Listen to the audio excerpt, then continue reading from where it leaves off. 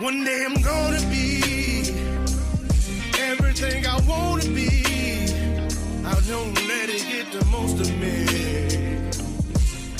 One day I'm gonna be free. I wanna be everything I'm gonna be. My future right in front of me. One day I'm gonna be free. I wanna be free. To let me from the depths of darkness, a voice emerges, a host with a fire burning in his soul. With a heart, steel, and a spirit unbroken, he rides onto wheels, ready to claim his throne.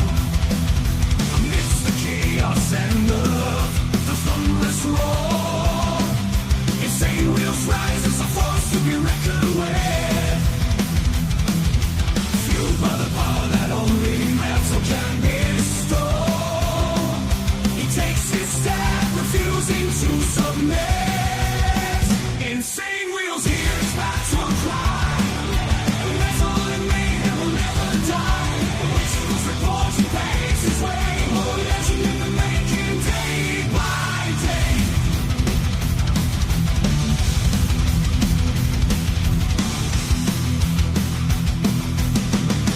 Shit. Welcome, everyone. Check it out. It is a Topless Taco Tuesday morning. Let's get it, man. Great to see everyone up in the building. Hopefully, everyone's enjoying their morning so far. I definitely know that we are. We have a, somewhat decent news morning. Things are kind of caught up, or not really caught up. There's a whole bunch of shit that happened that no one's really talking about because it was over the Labor Day weekend, of course. So people are like, well, it's time to just keep moving on kind of thing. But there's a couple of key things I wanted to bring up in today, and I don't even have it in the title. This happened 2 days ago or whatever. But the whole regard about the Hamas spokesperson being killed, it took them like 7 different tries. After 20 years, they finally got him. So we've got that to discuss, as well as Trump makes major announcement, which I don't know what that is yet, and I haven't seen him do the announcement on the live segment yet, so we're still waiting on that. We have some updates on the DC crime crackdown and more. Of course, I have it labeled and more, because we always go in depth in some other shit too. All right, ladies and gentlemen, before we get into it, make sure you guys hit that like button. It helps out the show immensely, and it's free to do so. If you guys are brand new to the show, hitting that subscribe button is also free. Please consider, though, becoming a member starting only at $2.99 a month. We're making sure we're not breaking the bank out there with anybody, but check it out. This is the exact way that we are able to do the things that we're able to do here on this channel is only supported by you guys, man. If we had to rely on advertisement, man, we would be broke as a joke. No, that is no joke. Thank you guys very much for your guys' contributions to the channel and staying members, man. It's a big deal to me. Follow my Instagram, little side note here, at BallValveTV, where I post everything behind the scenes of not only my life, but as well as the show, Millennial Food Time, breaking news, all that great shit. It's a great way to get a hold of me one-on-one. We also have a Discord. Naomi will throw in the link in the chat for you guys. And if you guys are watching this on the playback, make sure you guys go into the description box of any live video, and we've got the link there for you guys as well. Last but not least, all super chats, super stickers, gifted membership signups, all of these things are going to be presented live and shouted out, of course. But if you guys would like to skip that YouTube 30% brutal cut that they take from your hard-earned cash, we have these platforms that you guys can donate to. And, of course, I have my email up, so if anything comes through, I will shout it out immediately as soon as possible. All right, ladies and gentlemen, great to see everyone in the building. Shout out to everyone. We got Liquored Up with Poncho up in here. We got Gary as well. We got Brother Dean. We're going to be talking a little bit about Israel and, regards to Hamas over there. We're going to be talking about that a little bit today. We got TNT up in here. Good morning to you. Great to see you. We've got Bree Rodriguez. Always great to see you as well. We got Naomi. By the way, humongous shout out. She's the one that actually made our new channel logo, man. She did a great fucking job on that thing. So I just wanted to give a quick shout out to her. And she does a lot of work behind the scenes, so I really appreciate it. All right. We got Rabbit of Chaos as well as Brother Frank, my man. Good morning to you. We got Papa Penguin. And yes, Venezuela has been a curveball. That's for damn sure. That's something that I probably should talk about, and I have not yet, obviously. But I probably should get on that. I will make sure I talk about that at bare minimum tomorrow. We got, let's see who else. We got Raise the King. What's up, my man? Great to see you up in the building, as well as Brother Steve Posey. Good to see you, by the way. Good morning, good morning. We got Frogzilla in the building. Good morning. Great to see you on the channel, man. We got America Uncensored as well. Good morning to you. And yes, we got to get the likes up, yo. Let's get the likes up. We're getting there. We're almost there. Let's see here. We got Mythical Rider as well. Good morning to you. We got Moto Bomb. That's right. Good morning to you, kind sir. Great to see Chatting with Stacks up in the building. If you guys didn't see, part 2 of the interview came out on his channel yesterday. So, mods, if you guys can do me a favor and link Chatting with Stacks, his channel, then go subscribe over there. And he's got a ton of awesome content. Make sure you guys go over there and check out what he has to offer, man. He's great. We got Grumpy Old Man. Man, if you're grumpy, you'll definitely enjoy your time here. Great to see you in the building. We got TNT saying Stacks sent me here. Oh, wow. W to Stacks, man. Much love, honor, respect to you, kind sir. Great to see you. All right, so let's go ahead and get into the ordeal. Today, we're going to be talking about a couple of things, but specifically, I want to bring up some stuff that happened a day ago. Well, a day and a half ago. Let's go ahead and bring this up, and then we're going to get into the main news cycle, okay? So, but we need to explain this shit first before we can move on into the other stuff. All right, let's see. I'm looking for it right here. Bam, there it is. All right, so this was a day and a half ago, and the guy's name is Abede. I don't know how to say his last name correctly. I'm going to be honest. I have no idea. I'm not Palestinian. I'm not Arabic. I don't know anything about their how do you say shit. Obida. Anyways, he was the spokesperson for Hamas, okay? For 20 years. The Israeli government has been going after this guy, and they've actually made claims that they have actually taken his life 6 or 7 other times. And unfortunately, they did not get him, right? So now they finally did get him. And so here's the update on this. This is a quick, news segment of what just happened a day and a half ago, and then we're going to talk about them a little bit. IDF and the Shin Bet say they carried out an airstrike on a senior Hamas official in the northern Gaza Strip near Gaza City. We got a raid? Who raided us? Oh, Moto with the raid. Bro, thank you so much. Moto Bomb up in the building with the raid as well. It is definitely time for some 420. I got you, homie. I got it. I got my left-handed tobacco rolled up, ready to go. We're always ready on deck.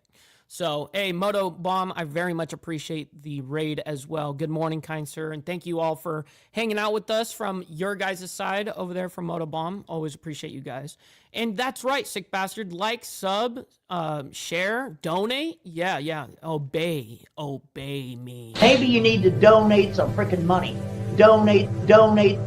Maybe you need to donate some freaking money. Maybe you need to donate some freaking money. Donate. Maybe you need to donate some freaking money. Donate some freaking. Shit.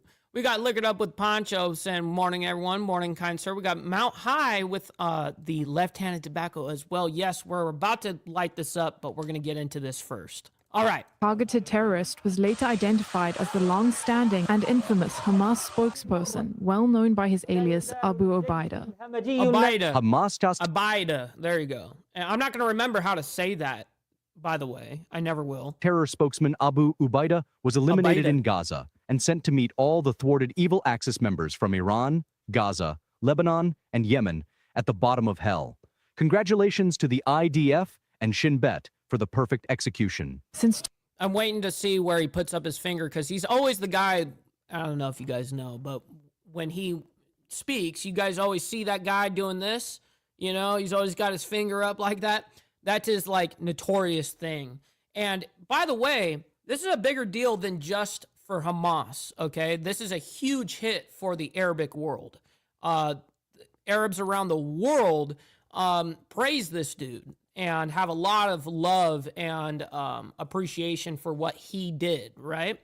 So there's actually videos already talking about like how they're going to retaliate against, all this shit. But yeah, fucking right. Anyways, back to this. 2004, Abu Ubaidah has served as the Al-Qassam Brigade's spokesperson, gaining notoriety in 2006 after announcing that IDF soldier... Okay, see this guy right here? This IDF soldier had been a hostage, okay? This specific guy right here.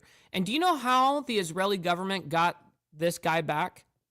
They got this guy back by exchanging 1,000 Hamas prisoners that basically Israel had, and they traded 1,000 prisoners for one guy. Holy fuck. Gilad Shalit had been abducted. Since then, he has served as a spokesperson for the terror group's more well-known declarations and psychological operations. Abu Ubaidah is considered a kind of symbol in the Gaza Strip, yet he is usually disguised in statements to the media. However, the IDF did release a reconstruction of his face during the current war. According to a Jordanian news agency, Hamas quickly denied reports of Abu Ubaidah's death and issued a statement cautioning that the rumors were only an attempt at psychological warfare. The outlet also claimed that Hamas warned Palestinians against circulating reports about his death, since doing so would erode public unity and trust. The terror organization usually takes weeks, sometimes even months, to confirm the identities of its officials. They do that shit all the time. Sometimes they don't even release the information. Killed in Israeli airstrikes. In Abu Ubaidah's last video statement that was aired earlier this month, he attempted... Yes, this was his last speech or whatever, and it was on the 18th. ...to pressure Israel to agree to a hostage ceasefire deal accepted by the terror group, warning Israel that its planned offensive to conquer Gaza City would subject hostages in the area to the, quote, same risks as the terror group's fighters. All right, so now regarding this guy, let me go ahead and bring up a wiki thing here. Go ahead and read this a little bit. So, also spelled, they have all different ways of spelling this guy, was a Palestinian militant and spokesperson for Al-Qassam brigades. Now, if you guys know what Al-Qassam is, that is basically the military branch of Hamas, just so you guys know. The military wing of Hamas from 2007 until his death in 2025. Now, Wikipedia has updated his death. He was described as the central figure of Al-Qassam's media campaign. And then, of course, they go into his background and all this shit. But years of service was from 2002 to 2025. So that's pretty incredible to be alive for 23 years doing what he did. Specifically for 20 years, they were going after this guy, the Israeli government, meaning. So let me go ahead and bring up this video that they released a year ago. It's quick, and then we'll get into the main cycle here. This was a year ago. For 2 decades, but his real identity has never been revealed. Until the Israeli government, they revealed what he looks like. Dressed in military clothes and a red Palestinian keffiyeh, Abu Ubaidah is best known for his televised speeches, where he provides battlefield updates and taunts Israel. Hold on. I messed that up a little bit because I have another tab. Taunts Here we Israel. go. Hold on one second. The enemy's army is perhaps the only army in the world that wears diapers. More specifically, Pampers. Jesus, dude. He's a hero for many in the Arab world, but his prominence has made him a target for the Israeli military, and his high-ranking position in Hamas, a designated terrorist organization by the US and the UK, has resulted in his inclusion on Washington's sanctions list. Shit. Well, they did end up getting him. So as you guys saw, I showed you guys the media showing where he was hiding in that building, and they got him. Now, unfortunately, they did unalive his 2 kids. He has 2 kids and a wife or whatever, and I guess they also died. Or the dog. I think was it the wife and the 2 kids, or was it the 2 kids and a dog? I can't remember. But nonetheless, that just happened yesterday or the day before. All right, so let's go ahead and get into the main news media cycle here, and we'll catch you up to date with what's happening around the world. As we do, that's what we do over here on Insane Wheels. Make sure you guys hit that like button, helps out the show immensely, and it's free to do so. You guys don't have to like what's happening around the world, but you guys can like the video for me and my takes, and it helps out the show immensely. Thank you, But in guys. the meantime, this early in the morning, we do like to focus on some of these international headlines. So let's talk about the Smoking latest Spaceman. news. Good morning, kind sir. Great to see you. When it comes to Russia and Ukraine, that's what we're going to start That's with. right, true. So just yesterday, it was deadline day. President Trump 2 weeks ago said, quote, "I'll know within 2 weeks what I'm going to do when it comes to the war in Ukraine, as the fighting continues to escalate." Fox News correspondent Alex Hogan has more and reports from London. Over the next 2 weeks, we're going to find out which way it's going to go. President Trump's 2-week deadline for Russia to move forward with the peace process with Ukraine is now here, and the attacks keep coming. Overnight, Russia launched more than 80. So another overnight attack happened in Ukraine from Russia. They're claiming already 60 more drones drones. following a weekend of heavy airstrikes. Yeah. Definitely ruthless. White House has floated the idea of more sanctions on countries that buy embargoed Russian oil, like China and India. It fuels the Russian war machine. India is nothing but a laundromat for the Kremlin. But Russian President Putin is working to stop his country from being isolated. On Monday, he met with Chinese and Indian presidents at a summit aimed at strengthening cooperation. We highly appreciate the efforts and proposals of China and India aimed at facilitating the settlement of the Ukrainian crisis. Those efforts are at odds with most Western countries who want to see the U.S. take a harder stance. French President Macron says if the deadline is ignored, it will mean, quote, Putin has played President Trump. Yeah, but I don't know if played is the right term, but definitely kicked the can down the road a little bit to be able to do what he. So if you want to call that playing, sure, but I wouldn't use that nomenclature. Putin is only duping leaders and drawing them into his camp, and he is staving off the threat of sanctions by doing so. Meanwhile, a suspected Russian... No, he's just kicking the can down the road for another 2 or 3 weeks at a time. That's it.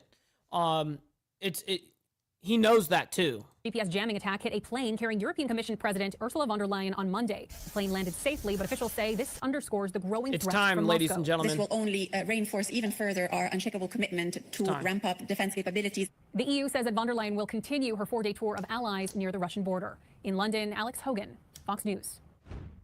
Thank you to Alex Hogan for that report. It's not just President Trump that continues to follow this war very closely. Of course, several other European leaders are doing so as well. Here's a post from X, courtesy of Ukrainian President Volodymyr Zelensky, saying this: "I spoke with Secretary General of NATO Mark Rutte and thanked him for all the support. We are coordinating our efforts closely. In practical terms, Russia has stolen from peace, plundering much of this year. This fall, we must do everything possible to buttress our positions." Very early this morning over in... What's buttress mean? Possible to buttress our positions. Someone look that up for me, or if you guys know it, let me know. I'm sure you guys, someone in here knows. What does buttress mean? Luxembourg, the Secretary General Rutte, he was making some remarks, holding a joint news conference, talking about those latest Russian attacks against Ukraine. Let's play out those comments next. That's right, Kel. Always a pleasure You know to be the in deal. Luxembourg, indeed, among friends. Okay, I don't need to hear, NATO over here in their ordeals. Actually, I think that NATO should be disbanded altogether. NATO, UN, EU, all of it, defund all of it. Get them all out of here. All right. I'm trying to get up to this. Give me a sec. Right here. All right. So 31 more were killed overnight in Israeli strikes launched at the Gaza Strip. So let's go ahead and see what the ordeal is here.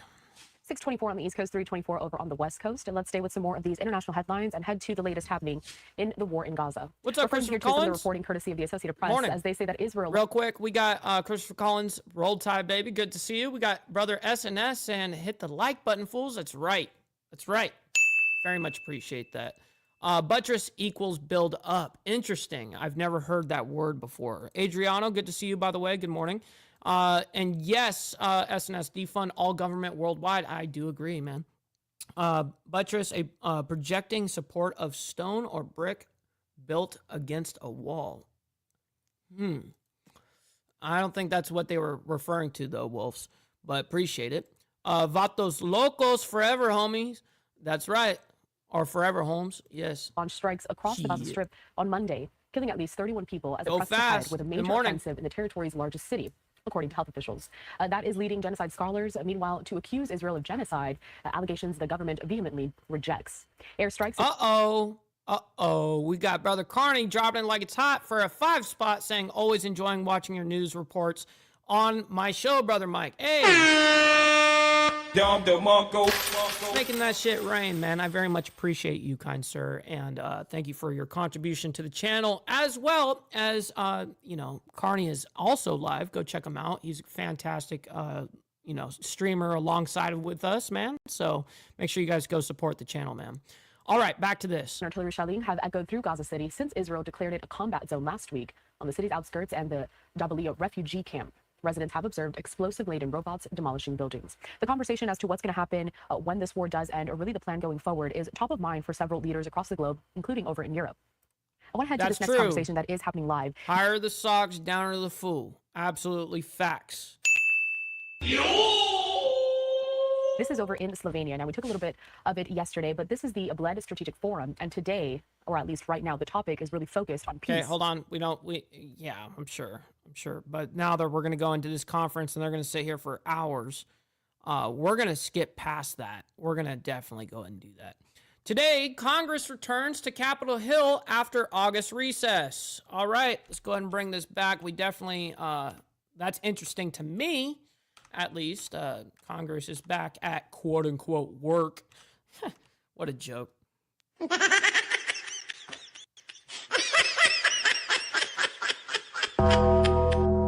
can't help myself sometimes. A live look here at the Capitol building over in Washington, D.C. Later on today, we're going to be seeing Congress returning from their summer recess. We're going to be joined now by Fox 5's Melanie Alwig, who's live for us down in D.C. Melanie, what can we expect? Yeah, a number of things on the table for Congress as they return, but certainly here in the District of Columbia and the larger metropolitan region, everybody is thinking and talking about the federalization of the District Police Department and the federal surge here. We know that there are Republican bills in Congress that would allow this to continue, some for an extension of up to 180 days, some an indefinite extension. We know that Democrats also trying to introduce their own legislation to regain some control over the D.C. National Guard, and this comes as the president has signaled. Good morning, Rabbit of Chaos. Good morning. Great to see you. That he would like his surge to keep going, even posting on social media Monday praising D.C. Mayor Muriel Bowser for working with him, quote, in bringing crime down to virtually nothing in D.C. Trump issued 2 executive orders on August 11th, one to deploy the National Guard. Whoa, real quick. We got Get Some up in the building. Good morning, kind sir, saying happy post-Labor Day. Absolutely. You as well. We got Kel in Canada dropping a 5 spot, man. Yo, Kel, thank you so much for that, The only way that we are able to do what we do here is because of you guys, sincerely, man. And he said, Kel says, dues are up. Hey, man, listen, dues are paid. Absolutely, kind sir. So I very much appreciate your contribution. Oh, shit! Making it, spraying them out here. Hell yeah. All right. Appreciate you guys. Which states that would remain in effect until President Trump determines that conditions of law and order have been restored. The other, to bring the D.C. Department under, the police department under federal control, and under that specific order, that would expire next week unless Congress votes to extend it. The U.S. Attorney for D.C., Jeanine Pirro, tells Fox News Sunday. What's up, Tiffany? Good morning to you. Happy Topless Taco Tuesday to everyone in here hanging out with us. Hopefully you're all enjoying the morning. Make sure you guys all hit that like button. Some more work to do in her opinion. While one of D.C. council members, Robert White, has been an outspoken critic of this effort, and he says he never believed the White House intended to make this last only 30 days. I don't think the president ever anticipated this ending. I don't think that's part of his plan. There are multiple ways that he could extend this through Congress and unfortunately without Congress. Who is the person who says, crime is low enough for us to handle? Who decides what is acceptable? If we go from intolerable to unacceptable, does that mean... Yeah, she's funny. She's we right, pat though. ourselves on the back and say, let's just leave town? Well, we do know that the Task Force Press Office keeps talking about their successes, and we have heard that combined federal agencies... What? No way. You got hacked? You had a decent-sized YouTube channel, bro. What do you mean it got hacked? Why don't you hit up a YouTube rep or something like that? Are you serious? That's terrible. Sorry to hear that. Have made almost 1,600 arrests and seized more than 156 illegal guns since the deployment began. The president calling D.C. now a virtual crime-free zone. Now, we do know that even if these bills pass the Senate, they do face a potential block in the form of a filibuster. It is a little in bit. The Senate. Let me fix it right now. We don't know when these bills yet are coming up for hearings, but we do know that they've been introduced here in Congress, and everyone is going to be paying attention because we only have about 1 week left in this legally allowed takeover, and we'll have to see what happens after that. Right, Fox 5's Melanie Aldwin, thank you so much for joining us live down there in D.C. Lots to keep up with. I hope you have a good rest of your day. I'm going to take us back out live to this image that we have over at the Capitol building as we continue to follow all of the headlines coming out of the nation's capital here in the U.S. But first, we're going to step away for a quick commercial break, continuing our coverage after this.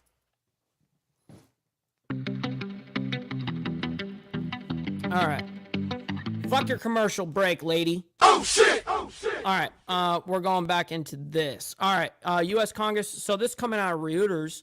The U.S. Congress returns on Tuesday, which is today, with less than a month left to perform one of its core functions, keeping federal agencies funded and averting a partial government shutdown, a job that it has struggled to perform in recent years. All right, so let's go ahead and scroll past this. We don't need to discuss Congress going back to work for hours upon hours, right? We're going to go ahead and skip ahead here. All right, so as you guys know, on yesterday, Monday, we reported on Afghanistan and their earthquake. Their numbers were originally 800, and they said up to 2,200 more are injured or hurt. And I said instantaneously, like I was like, that's super unfortunate because the death toll on this whole thing is going to rise for damn sure. So we already see it going up to 900. Just wanted to give you guys that update. I'm sure that they probably are going to speak about not necessarily what they found. They're probably just going to be talking about the earthquake itself. As you guys know, they don't really prepare themselves for earthquakes. They're definitely more prepared for types of bombs and or gunfire explosion type things. They're not really set up for earthquakes. All right, we're going to scroll ahead here. We're skipping all the bullshit. That's what we do here. All right, as Israel starts calling up reservists amid latest offense. So let's go ahead and bring this back to where this guy can start speaking for us. Let's bring it all the way back because I do want to hear the intro into it. All right. Sean, including some of these international conflicts that we continue to monitor for you here at Live Now from Fox. I want to bring us back out to this live image, though, that we have over down there in Gaza. Now, this is the Al-Aqsa Hospital. And let's talk a little bit about the latest offensive conducted by Israeli military down in Gaza City. This comes as Israel did begin mobilizing tens of thousands of reservists today as part of its plan to widen its offensive in Gaza City, which has sparked opposition domestically. She was terrorizing the fuck out of this house earlier, but she's now laying on this couch. She's just sleeping right there. I see her. Little fluff ball. And condemnation abroad. And joining us now to discuss this even further is Jonathan Schanzer. He is the executive director with the Foundation for the Defense of Democracies. Jonathan, good to see you. Good to see you. Oh, how you guys like the logo, man? Naomi did a great job, and I posted it on not only on my Instagram, Discord, and all that stuff, but I also just posted it right before I went live on the community tab or whatever on YouTube. So make sure you guys go like that for me as well. Let me know what you guys think of it. So let's talk about that a little bit here. The latest offensive conducted by Israel down in Gaza City. Just a bit of an overview to get our viewers up to speed. Sure. Well, the Israelis have basically conquered almost the entirety of Gaza. What they have left is Gaza City, which is the largest population center in this coastal enclave. It's estimated to be about 1 million people living there. So going in there is tricky, to put it mildly. The entire operation since October 7th has been tricky because this is urban warfare. This is asymmetric warfare. You've got a labyrinth of tunnels, 500 to 1,000 miles of tunnels that Hamas had prepared for this war. And they're using those tunnels to both store hostages and to pop up and try to kill as many soldiers as possible. And so the Israelis have been kind of fighting with one hand tied behind their backs. On the one hand, trying to rescue those hostages and to fight carefully. On the other hand, having to deal with this asymmetric warfare, which can be deadly. There have been 900 Israeli soldiers that have been killed, and the soldiers are tired. And I think that's a lot of what we're seeing right now is that, there's about 60,000 soldiers that have been called up. These are people that were, before the war, they were in high-tech jobs or they had, just sort of everyday jobs. But this is not what they're used to. This is not what they're trained for. I mean, they all had to learn how to fight, but their regular day jobs are waiting for them. And they're tired because it's been almost 2 years of fighting. So you're seeing some opposition, not just from the rank and file within the so-called People's Army, of Israel, but you're also seeing the chief of staff of the Israeli army, Eyal Zamir, also weighing in, trying to push back against Prime Minister Benjamin Netanyahu. But Netanyahu, I have to say, has right now shown what additional fighting might look like and how the benefits could accrue for Israel. Just over the last couple of days, the Israelis took out a guy by the name of Abu Ubaidah. He was the spokesperson for Hamas for many years. And that's what we were talking about earlier, chat, when we very first started the show. When we opened up, we talked about that man. Go back if you missed that, because it's a great segment. We definitely went in depth. He was a figure for the terrorist group, and now he's gone. The Israelis also were able to recoup 2 bodies of hostages, people who were killed on October 7th. So there were 50 hostages remaining, 20 alive, 30 dead. Now there's 20 alive and 28 dead. So the Israelis have recouped 2 more bodies, which was a big part of their war aims. So the question really right now is whether there is a plan to finish off Hamas once and for all with the support of the President of the United States, or whether this pushback will prevail. I'm going to guess that the pushback does not work. The system in Israel is strong. The IDF, the Israeli Defense Forces have, I think, there would be a stigma, I think, for those that would refuse to serve. And so my guess is the vast majority will show up for service, even if they have reservations about what can or might be accomplished. So here on the screen, I did just put up this post from the IDF, courtesy of X, talking about Abu Ubaidah, the head of the Hamas military there, the spokesperson, and how he was taken out. Just referring back to that answer that you gave, Jonathan. I want to talk a little bit more about these hostages, though, because we continue to focus on this offensive down in Gaza City as Israel is continuing to move in there. Are we getting further and further away from some type of assurance that we're going to recover those remaining hostages? Well, I think that's a key part of the story here right now. The Israelis want all the hostages returned. This has gone on for far too long. I would say from the Israeli perspective for sure, but I think from the international community's perspective too. People want this war to end, and the only way it's going to end is yes, all people want this shit to end, except for a key component, right? But nonetheless, they're gonna do what they're gonna do over there, dude. Which is all good. All right, so let's go ahead and move on into, because we don't need to hear this continue on here. He's just going to basically whine over the top on him for sure. We don't need to go into that. We basically gave you guys what you need to hear this morning at the top of the hour. But I do want to hear what this is. The Wall Street Journal is coming out with something on X. They posted, as the Israeli military prepares for a new offensive on Gaza City, military commanders are finding it hard to get enough reservists willing to report for duty. Damn it. Continuing to follow the latest developments down in the Middle East. Wall Street Journal. Specifically regarding the war in Gaza. The Wall Street Journal here posted. War is crap, but war is politics. On X, as the Israeli military prepares for a new offensive on Gaza City, military commanders are finding it hard to get enough reservists willing to report for duty. My man, Speaking good morning. of, some of those reservists are holding a news conference right now. I'm going to bring it up here on your screen. This is happening live.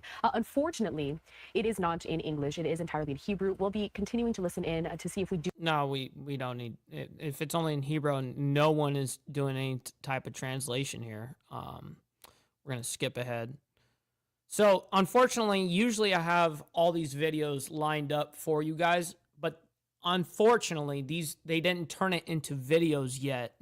I don't know, from yesterday and today, it's been like that. So, we have to skip through the bullshit ourselves, which is fine. I mean, I used to do that shit back in the day. But I like being able to move from story to story real quick, you know. Anyways, Powerball jackpot soars up to $1.3 billion. I guess there was an attorney for the lottery that came on and gave some advice. We're not going to listen to any of that. Chatham, I don't know how to say it, House hosts discussion with Palestine envoy to the UK. We're going to move on into this right here. Happen later in the day. Okay, announcement. This is what the announcement, was titled today. So we're not going to see it on our end because they're saying it starts at 2. But at least you guys know that it is happening today. I have that as the title of today. Trump makes a major announcement. Well, they are announcing that from President Trump at 2 p.m. Eastern. So that is going to be 1 p.m. Central Standard Time, which is my time. Nonetheless, let's go ahead and see what they have chalked up for this. The president's public schedule has been very light in recent days. Whoa, real quick. Holy shit. We got Gorilla Biscuits up in the building, gifting them out, man. Yo, thank you so much for gifting out a membership, my man. I really appreciate that. Helps out the show immensely. And listen, you're not only helping me, but you're helping someone in the freaking Breakfast Club too, man. So I really appreciate you and your contributions, man. Thank you for that. News correspondent Doug Luzada reports from Washington this morning. This comes as Congress returns to work after the long holiday weekend. God bless, brother.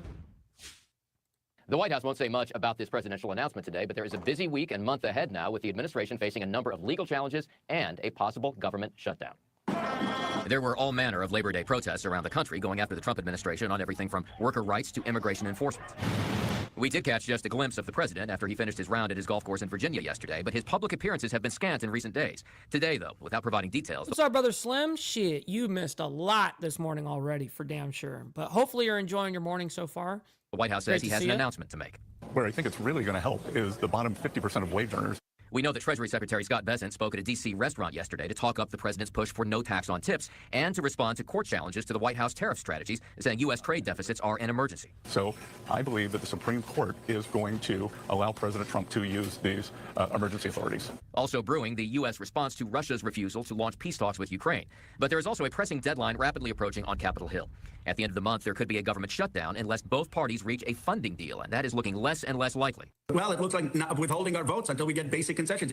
Democrats plan to use the funding battle to reverse spending cuts. Republicans say if there is a shutdown, Democrats will be to blame. That's so funny, Brother Slim. He says, I always rewatch when I'm this late, so I watch you almost twice daily.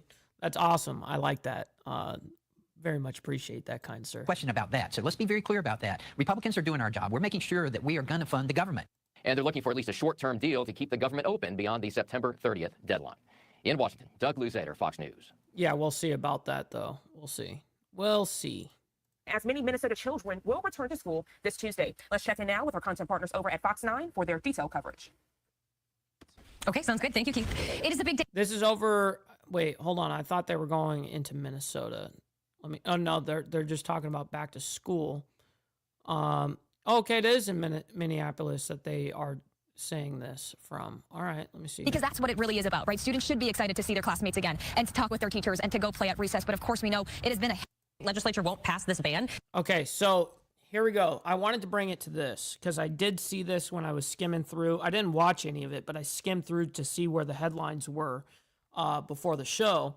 And one of them I saw, mayors to call for gun control. So I guess Mayor Jacob Frey, Mayor Melvin Carter, Mayor Hollis Winston are getting together today at the state capitol, today at 1 p.m. I'm guessing that is local time. And interesting. Let's go ahead and hear what they have to say about this. Today to call for a change to gun laws. Yeah, that group includes the mayors of Minneapolis, St. Paul, and Brooklyn Park. All three say they support a state. Wow. Okay. So it is all up there. Wide ban on assault weapons and high-capacity magazines. However, they say if the state legislature won't pass this ban, they want the state to allow cities to pass their own. I knew this shit was coming, bro. I knew that these guys were going to play this card. I knew it. We got Cal up in the building. Good morning to you. Hopefully you're enjoying your morning so far. We definitely are over here. Steve Easy saying gun control is hitting what you aim at. Yeah, no kidding, bro. Gun restrictions. The mayors, along with gun control advocates, will speak at 1 p.m. today at the Great way Capitol. to put it, Steve. The antidote to despair is action. What's up, Dallas? Good morning to you, kind sir. Great to see you. Hopefully you're enjoying the morning as well. We got Liquored Up with Poncho for the 5 fucking months, going crazy out here, bro. Oh, shit! Oh, man, shit. making it rain. Thank you so much for that. Really appreciate that, man. 5 fucking months. A lot of people spent their Labor Day calling for change. 2.5-mile march through South Minneapolis was led by families from Annunciation Catholic School and Church. The march came together quickly, planned by several neighborhood groups. This spread fast. I mean, it started as some friends and family who were inspired to take action, and it spread on social media, and it just goes to show how many people have been affected by this and want to do something. The march started with a rally at the Lake Area Bandshell. The original plan was to end at Annunciation School, but it was switched to Lyndhurst Park, which was the site of a large rally Wednesday night focused on calls. You know what? Yeah, that's right. Naomi knows the deal. It's time for people to obey. Maybe you need to donate some freaking money. Donate. Maybe you need to donate some freaking money. Maybe you need to donate some freaking money. Donate. Maybe you need to donate some freaking money. Donate some freaking shit. For gun control. Taking a look at some of the things happening today, the trial for... All right, and we appreciate Fox 9 Minneapolis for that detailed coverage. As we further discuss this top story, not only is safety top of mind for those in that area this Tuesday as the students return to school following that tragedy, mental health is top of mind. So this is great that Janie, whatever, she brought on a mental health expert. This is a perfect thing right here. I'm glad that she did this. I'm not really super interested in his super breakdown, but the truth is, you guys know that my stance on this whole issue. It is a mental health issue. It is not a gun issue, okay? It's just, we got to control the people that are fucking handling those fucking firearms, right? We got to get to the point where they're not getting, they're not out of their fucking mind and killing children at church. You know what I mean? What are we doing? As well, joining the conversation live here on Live Now from Fox this Tuesday morning, none other than mental health expert Dr. Terry Lyles. Dr. Lyles, always a pleasure to have you join us on the show for your context and perspective. My man, good morning. Thank you. Good morning. That's right, Steve. That's right, Steve. Why are you gay? Why are you gay? You are gay. So, Dr. Lyles, we are discussing, safety and security. As you can imagine, they will have extra patrols outside of Annunciation Catholic School and Church on this Tuesday, looking back to the tragedy that unfolded last week. But let's talk about the mental health that is needed as well. Parents on edge this morning, sending their babies back to school. The children themselves not knowing what they can expect as they experienced this tragedy in real time during a school mass. Set the stage for us, please. Well, you can't stop and completely, disregard that there's evil in the world and people are going to do crazy things. I think the messaging here is be prepared. And preparation is the key to success. And there was a shooting here in Palm Beach, Florida, where I live in my son's school last week outside of the parking lot. And everybody went into lockdown mode. And there's nothing worse than a parent getting a lockdown. That's fucking true. Text and email that the school is locked down because you just feel out of control. I never dealt with any of that. But man, that would be tragic. But to the respect and traumatic of what happened in that school in Minneapolis was everybody did everything they can do. It was a church, but it happened so abruptly. There's some things we just cannot prepare for. So it's like wearing a seatbelt, having airbags in our car. All we can do is prepare for the worst and expect the best. But it doesn't stop the fact that there's still fear that goes on when we send our children back. Fucking Frank, yo. Stop the cap. To school and want them to learn and grow. But as parents, we have to control our own emotions so we can calm the emotions of our students. And then the teachers follow suit. But I think the preparation is so much better now, but there's things that's going to happen that's going to sneak through the cracks. And unfortunately, that's just the way life works. And we just got to be prepared as much as we can. Preparation will be key this Tuesday. A great point, Dr. Lyles. When it comes to preparation, I know you mentioned many times, as unfortunately, this isn't the first time that we've had to have this tragic conversation. You said honesty is sometimes the best conversation. Having that. Well, yeah, most people don't want to have a honest conversation about it. They want to bring their emotions into it and point at the exact thing that is not the actual issue. Just like Get Some actually just said. He said up here, I had a talk with all my guns, but due to language barrier, I was watching my AK. I will be watching my AK. It only speaks Russian. That's right, bro. That's right. Thousands of hours patrolling around schools and places of worship in Minneapolis. One thing that I know you hit on as well is reassurance during these times. You can't have people feeling uneasy when they are doing their due diligence to go to school and to give, this another fighting chance despite the worst. How important is that reassurance, having more law enforcement there to make faculty and students feel at ease and feel supported? That's good. That's good. I think, honestly, every single fucking, if it were up to me, every single school, including public schools, would have an armed security guard. Absolutely. Abso-fucking-lutely. That's something that I'm actually, if I ever get in over here on, to represent Alabama, that's something that I wanted to be able to do. Is not, you can't go after the public schools. You have to go after private schools. Because most of the public schools don't allow shit like that. They're just not going to agree to any of that shit. But you can at least do for your private schools. But nonetheless, we guard everything with guns that we give a fuck about. Everything. Buildings, money, gold, all sorts of resources, people. But when it comes to our kids, nah, fuck them. Nah, fuck them. We don't need to. Fuck them, right? Yeah, I just don't understand it. We protect everything that we give a fuck about with firearms. During this time of grief and tragedy. I think it's amazing that, we have to look at this because, as the mayor steps up and says, we're going to do more, that just gives the whole community more safety, secure, like feelings and thoughts. And, young people, whatever their ages are, the shooting in Minnesota, I mean, like young kids all the way up, and then the adults that were in the room, everybody's impacted by it. and it creates a post-traumatic stress kind of response. And that's why there's counselors like myself and others out there in community resource centers that are out there to help them. But increased security is a big part of that. And to normalize our students as parents, having the conversation to say, listen, your bus is safe, the school is safe. This was. All right, let's go ahead and move on over here. So we do know about Trump. He's going to be making that special announcement that I have no idea what the announcement is going to be. Let's see what this says over here. Usually these top stories usually kind of give us a great little breakdown. But it says the top 3 today is first day of school for Minneapolis public school students amid the recent shooting tragedy at Annunciation Catholic School. Happening today, President Trump to make a special announcement related to the Department of Defense. Okay, there we go. So it's going to be regarding the Department of Defense. And that will be at 2 p.m. Eastern, 1 p.m. Central.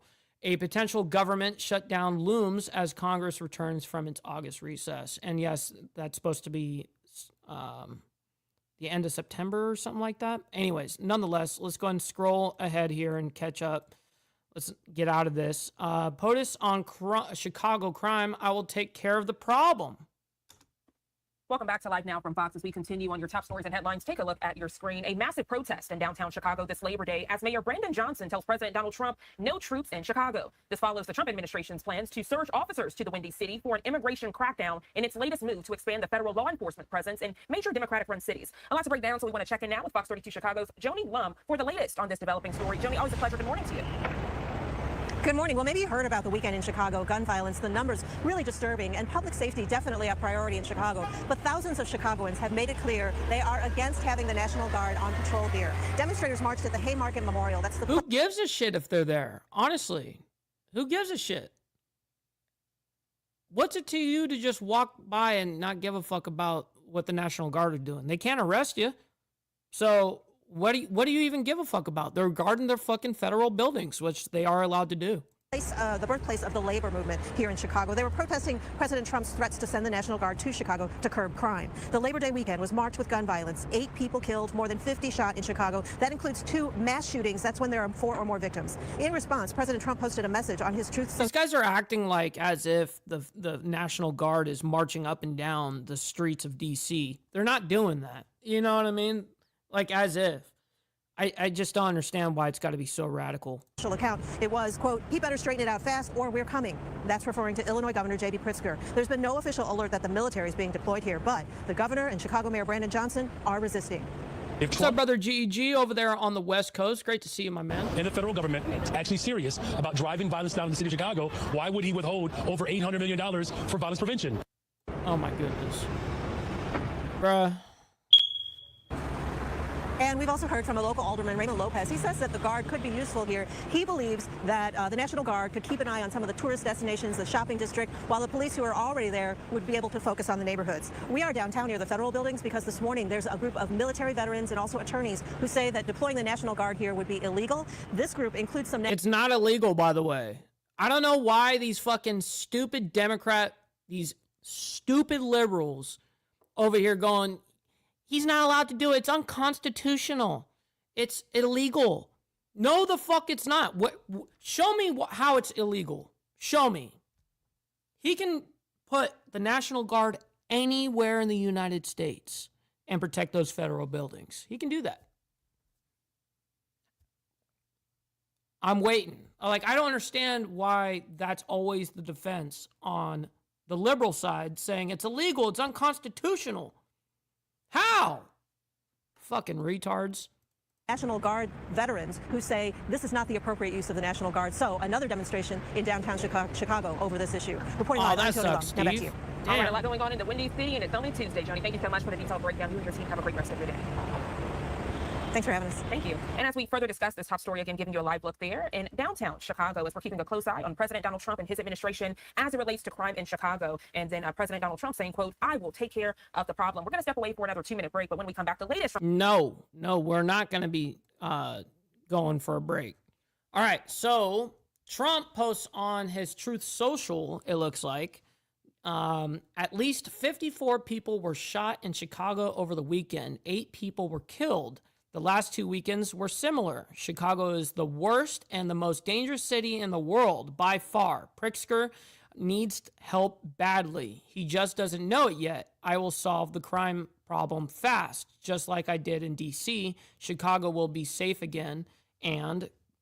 Don't know what he says. The last 2 weekends were similar. Chicago is the worst and most dangerous city in the world by the latest from the commander-in-chief. Now, yesterday at a Labor Day rally, Chicago's mayor, Brandon Johnson, responding to the commander-in-chief. I want to play some of those remarks for you now. Oh, boy. Oh, boy. Too, but I also have the son Jesus. of a preacher. First, I'm going to bring up the son of a preacher and the son of a union worker. Mayor of the city of Chicago, Brandon Johnson. Let's go. Let me hear you, Chicago. Let me get you a little bit more noisy out there. Yes.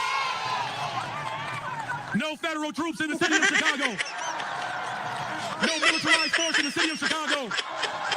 We're going to defend our democracy in the city of Chicago. We're going to protect the humanity of every single person in the city of Chicago. And we got the baddest freaking labor movement in the city of Chicago, birthed right here. We're going to take this fight across America, but we got to defend the home front first. And the best way we defend the home front is to make sure that every single worker has a livable wage. That's why we abolished the sub-minimum wage in Chicago for brown and black women. Oh, my God. This is the city of Chicago, where we have given paid time off for over 1 million workers, 10 days off, the biggest city in America to ever do it. This is the labor movement, you all. On pace to build more affordable units, a teacher's contract that protects black women, a teacher's contract that protects the LGBTQIA community, the teacher contract that protects immigrants. This is the greatest freaking city in the world. We're Chi-Town. Now look, there are some people that have doubts in the labor movement. There are some people who believe that we don't have the power to beat authoritarianism. But I'm also a history teacher as well. We have stood up for the interests of workers before, and we will do it again. And no matter what comes from the White House, Chicago will always be a labor town. Are you with me, Chicago? Now, finally, that's right, Frank. That's right. Oh, my God. We have seen this president shift the largest concentration of wealth into the hands of the few. Justice Brandeis made it very clear. He said we can either have a democracy or we can have wealth in the hands of the concentrated few. But he says we cannot have both. Are you prepared to defend this land that was built by slaves, a land that was built... I still just don't understand. How are you going to say that deploying the National Guard is unconstitutional or illegal? I'll wait. I just don't understand these liberals, these mayors and governors. They're just retards. I don't know why they lean into that, like as if anyone is going to believe that this shit is unconstitutional or illegal. Just don't get it. They can protect any federal building they want. Grid says, where is this guy's suit? Motherfucker is not casual Friday. Yeah, that's right. That's right, bro. Bruh. Great to see you, by the way. Hopefully you're enjoying your Topless Taco Tuesday. Great to see you, by the way. Damn politicians forget they are employees. Damn straight. Employed by us. Theoretically, right? That's the way it's supposed to be. But anyways, I like that. Get some. He says he's a race baiter grifting. It's getting old. Yes, I agree. Built by indigenous people, a land hit the like button, built everybody. By workers. Are you prepared to defend this land? The people united will always prevail. I need you all to stand firm, to stand strong. If this president decides to continue to break this Constitution, emotional, damn it! Back together, the labor movement that brings black folks, white folks, Asians, it brings oh Jesus, get it over with, dude. A few moments later. Folks together. This is the city that said keep hope alive. The city that birthed yes we can, and the city that will defend this country. God bless you all. God bless the labor movement. God bless the greatest freaking Path Killer. I get you, bro. Why do you think I smoke left-handed tobacco? You know what I mean? Shit. I mean, at this point, I blame the left. I blame the left for my drinking habits, my smoking habits.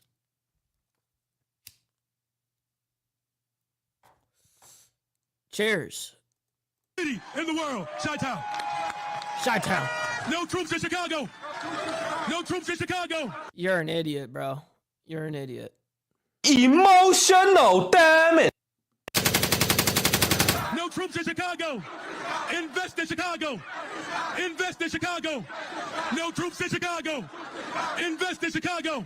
All right, so I want to play out those remarks for you coming on the heels of that detailed report with Fox 32 Chicago's Joni Lum. As Chicago's mayor tells President Donald Trump no troops in Chicago, but the commander-in-chief looking past that as he says, quote, Chicago is the worst and most dangerous city in the world. Giving you a live look at the Windy City here at 10 o'clock. Yeah. Chicago. All right, let's go and move on ahead here in the ordeal. We got DeSantis coming out and speaking. I'm not sure about what. Able to beat Alabama and look good doing it. And then, oh, man, of course you're going to talk shit now. yeah, yet Miami was a mild upset against Notre Dame. Notre Dame was 6th in the country, and they were able to do that. Obviously, everyone knew the Gators would win against Long Island. So, Brother Bob, good morning to you, kind sir, up there in Canada. Hopefully you're enjoying your morning so far. And University of South Florida beat Boise State, which was ranked. I mean, they were in the top 20. So we'll see what happens with that. I think, we'd all like to see, it's in the whole playoff era. Florida State made it that first playoff year. I mean, that's probably, 10 years ago now. And since then, not one Florida school has even made it. Oh, my God. DeSantis, get it over with, please, bro.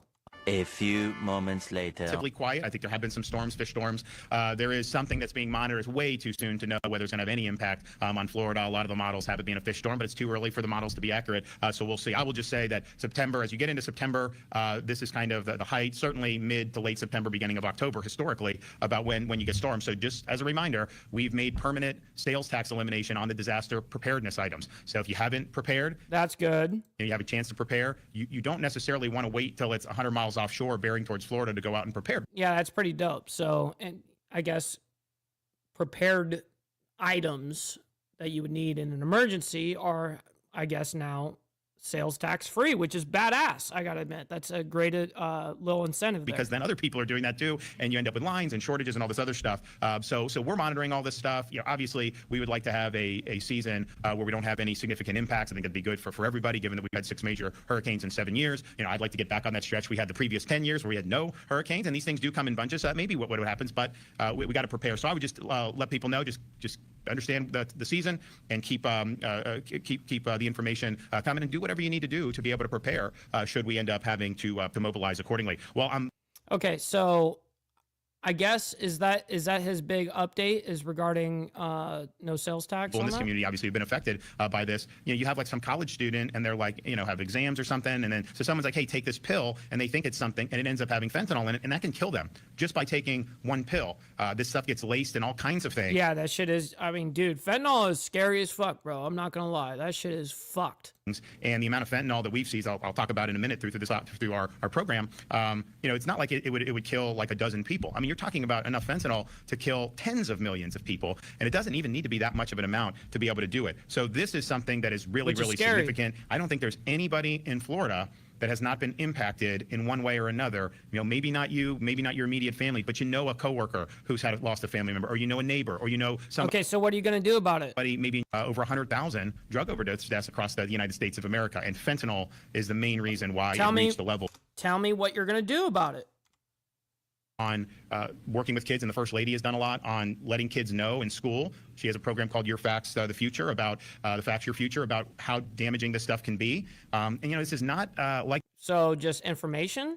It was like in like the 60s, some of these high school kids are smoking grass or whatever. Like, not that they should be doing it, but like now you smoke something, if that has fentanyl in it, it's like playing Russian roulette. Yeah, that is true.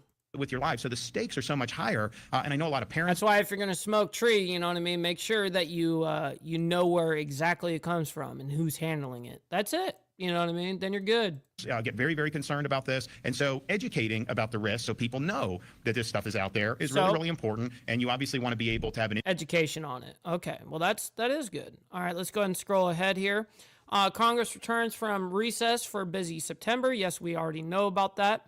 Soon, Secretary Rubio speaks at 2025 Solidarity Prize Awards ceremony. I'm not really sure where that's being held, but I guess here he is right here. We'll listen to a couple of words, what he's got to say, not the whole thing.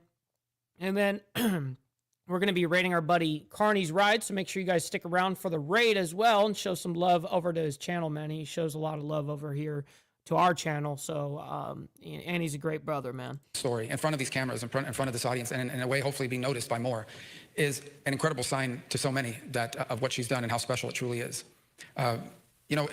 Freedom is not actually a natural human instinct. If you think and you study history, almost the entirety of human history has been defined by oppression. Few people up until just a couple hundred years ago even had a choice on who governed them. So if you look at the course of human history, freedom as we understand it, the freedom of speech, the freedom of expression, the freedom of religion, all these freedoms that I think we take. Yeah, we do take that shit for granted here. You go, you think you got free speech elsewhere? Dude, not even fucking the UK, You know what I mean? I wouldn't want to deal with the UK specifically because of their free speech. Fucking, they don't have any free speech. They can just lock you up for whatever they want. You know what I mean? It's just, it's discretion to the government what they can and cannot do to you, because you don't actually have that fucking right, which is sad, bro. It's sad that most countries in the world don't have that right. I think we're like one of the only people that actually have a right for free speech. For granted on a daily basis in our own lives are really not the norm. They've been the exception. Now, what it tells you is that it lives in the human spirit, but has not been a part of the human behavior.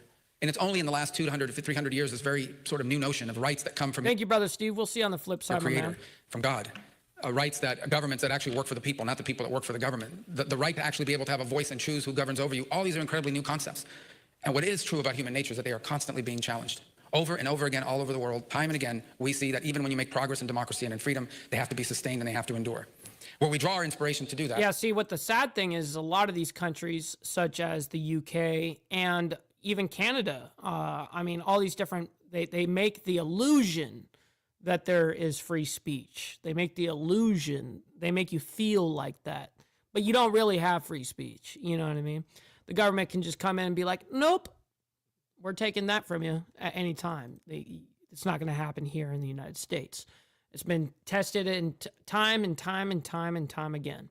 All right, ladies and gentlemen, thank you guys so much for making these very shows happen. I can't thank you guys enough for being here. You guys could have been anywhere else in the world, but you guys decided to be right here with me. Oh, shit! Let's fucking go, man. Thank you guys for your donations, your contributions. Hitting the like button, man, it goes a long freaking way. Thank you guys. And thank you guys for engaging in the chat, as well as leaving comments at the end of the video as soon as we're done. Not the live chat, but the comment section. Leaving a comment is a fantastic thing to do for YouTubers, just letting you guys know. Anyways, with that being said, hopefully you guys enjoy the rest of your freaking morning, and we'll see you guys tomorrow morning for more of the world's madness. Until then, God bless everyone. We'll see you guys very soon. Make sure you guys stick around for the raid. From the depths of darkness, a voice emerges, a host with a fire burning.